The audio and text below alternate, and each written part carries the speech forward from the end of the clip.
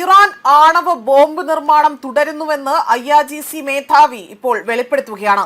ഇറാന്റെ നീക്കത്തിൽ പുതിയ ആശങ്കയ്ക്ക് വഴിവെക്കുന്നു. പശ്ചിമേഷ്യയിൽ വീണ്ടും ആണവാശങ്ക ശക്തമാവുകയാണ്.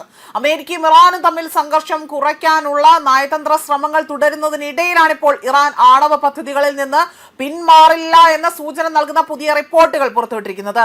ഇസ്രായേൽ മാധ്യമങ്ങളെ ഉദ്ധരിച്ചുകൊണ്ടുള്ള റിപ്പോർട്ടുകൾ പ്രകാരം ഇസ്ലാമിക് റവല്യൂഷണറി ഗാർഡ് കോർപ്സ് നേതൃത്വവുമായി ബന്ധപ്പെട്ട പ്രസ്താവനകൾ ഇറാൻ ഇപ്പോഴും ആണവശേഷി വികസിപ്പിക്കാനുള്ള ശ്രമം തുടരുന്നതായി സൂചിപ്പിക്കുന്നു എന്നതാണ് വ്യക്തമാക്കിയിരിക്കുന്നത്.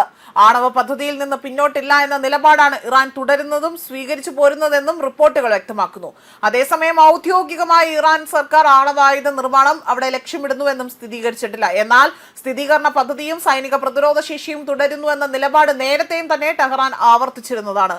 ഇതിനിടെ തന്നെ അന്താരാഷ്ട്ര ആണവോർജ്ജ ഏജൻസിയായ IAEA ഇറാനിലെ ആണവ കേന്ദ്രങ്ങളിൽ വീണ്ടും പരിശോധനകൾ പുനരാരംഭിക്കുമെന്ന് അവകാശപ്പെട്ടിരിക്കുകയാണ്.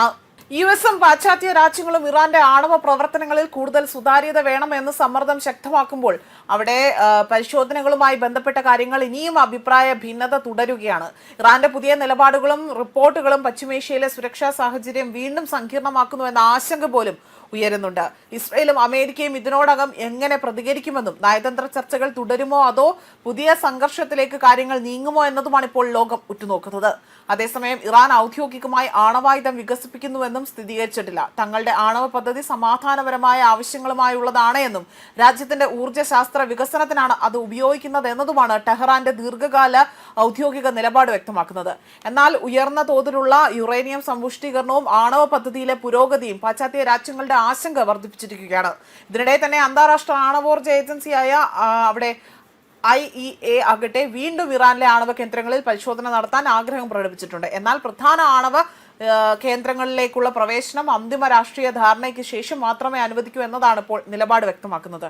ഇതോടുകൂടി തന്നെ പരിശോധനയ്ക്കും അവിടെ സുതാര്യതയും സംബന്ധിച്ചുകൊണ്ട് തർക്കവും തുടരുകയാണ്. അമേരിക്ക, ഇസ്രായേൽ, യൂറോപ്യൻ രാജ്യങ്ങൾ എന്നിവ ഇറാന്റെ ആണവ പ്രവർത്തനങ്ങൾ മേഖലയുടെ സുരക്ഷയ്ക്ക് ഭീഷണിയാണ് എന്നത് ആവർത്തിക്കുമ്പോൾ തന്നെ മറുവശത്ത് ഉപരോധങ്ങളും സൈനിക സമ്മർദ്ദങ്ങളുമാണ് തങ്ങളെ ഈ നിലയിലേക്ക് എത്തിച്ചിരിക്കുന്നത് എന്നതാണ് ഇറാന്റെ വാദം.